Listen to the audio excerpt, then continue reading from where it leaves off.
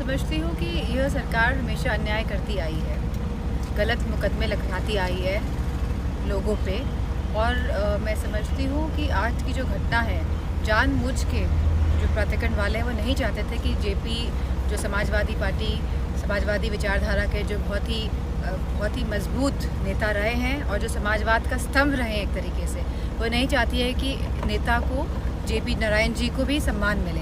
तो मैं समझती हूँ ये पूरी प्रक्रिया जो करी गई है सरकार द्वारा, ये इसी मंशा से करी गई है। और सम्मान देने का काम समाजवादी पार्टी जाके करना चाहती थी।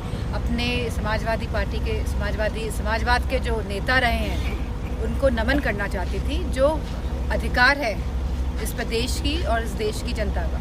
डिप्टी सीएम केशव प्रसाद मौर्य ने कहा है ये तो केवल एक ड्रामा कर रहे हैं अखिलेश जी, जबकि मैं समझती हूँ जब से अखिलेश जी ने अलायंस की बात करी है, और ये अलायंस इंडिया ब्लॉक अलायंस के साथ साथ जब से पिछड़ा, दलित और अल्पसंख्यक जो बहुत ही मजबूत अलायंस है इसकी बात करी है, तब से भाजपा वाले थोड़ा सा अपने आप को कमज़ोर महसूस कर रहे हैं।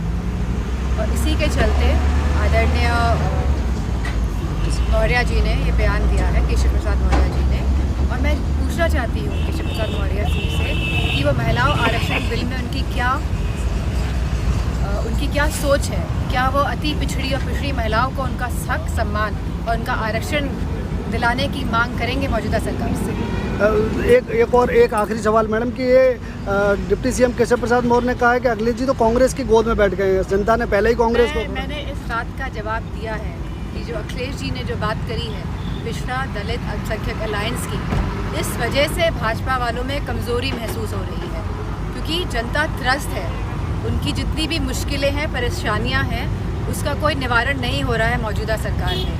ये मौजूदा सरकार है वो गलत धारणा से काम कर रही है और लोगों के विषय और लोगों के हृदय में और मन में एक भय का वातावरण जो काल्पनिक है, इस तरह का वातावरण वो पैदा करना चाहती है। लेकिन यूपी की जनता और पूरे देश की जनता तैयार है इस बार भाजपा को हटाने के लिए प्रदेश से और देश से, क्योंकि हमारे युवाओं के पास नौकरी नहीं है, रोज़गार नहीं है, क्योंकि हमारी महिलाएं, हमारी बेटियां, हमारी माताएं सुरक्षित नहीं है।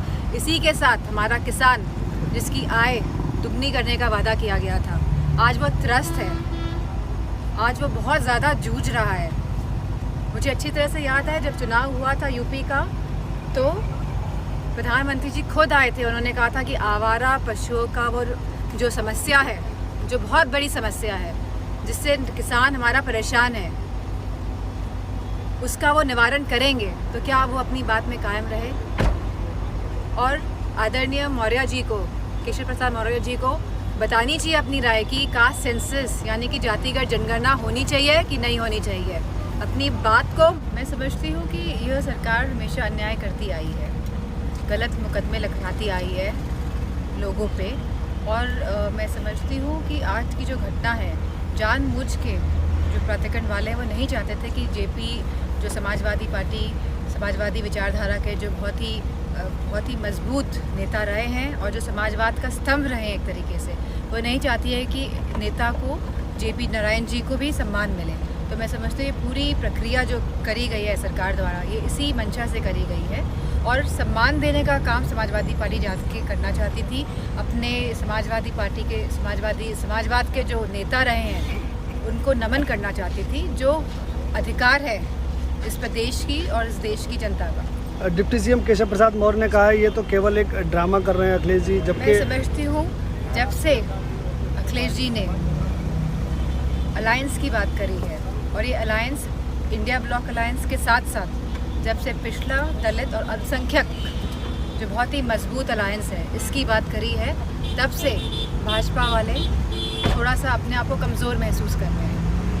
और इसी के चलते आदरणीय मौर्य जी ने ये बयान दिया है, केशव प्रसाद मौर्य जी ने। और मैं पूछना चाहती हूँ केशव प्रसाद मौर्य जी से कि वो महिलाओं आरक्षण बिल में उनकी क्या सोच है। क्या वो अति पिछड़ी और पिछड़ी महिलाओं को उनका हक, सम्मान और उनका आरक्षण दिलाने की मांग करेंगे मौजूदा सरकार से?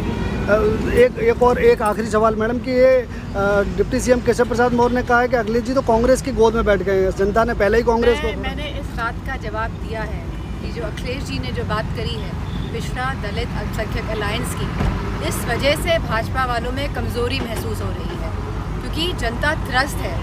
उनकी जितनी भी मुश्किलें हैं, परेशानियां हैं, उसका कोई निवारण नहीं हो रहा है मौजूदा सरकार में।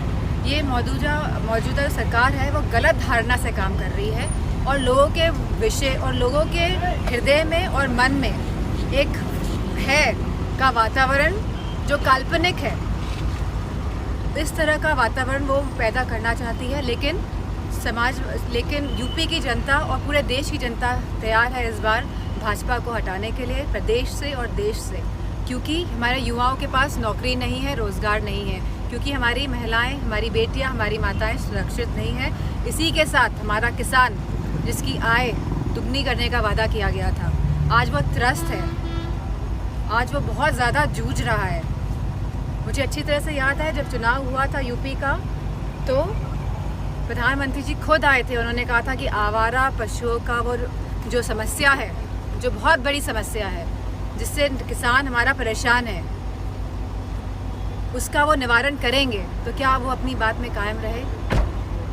और आदरणीय मौर्य जी को, केशव प्रसाद मौर्य जी को बतानी चाहिए अपनी राय कि कास्ट सेंसस यानी कि जातिगत जनगणना होनी चाहिए कि नहीं होनी चाहिए। अपनी बात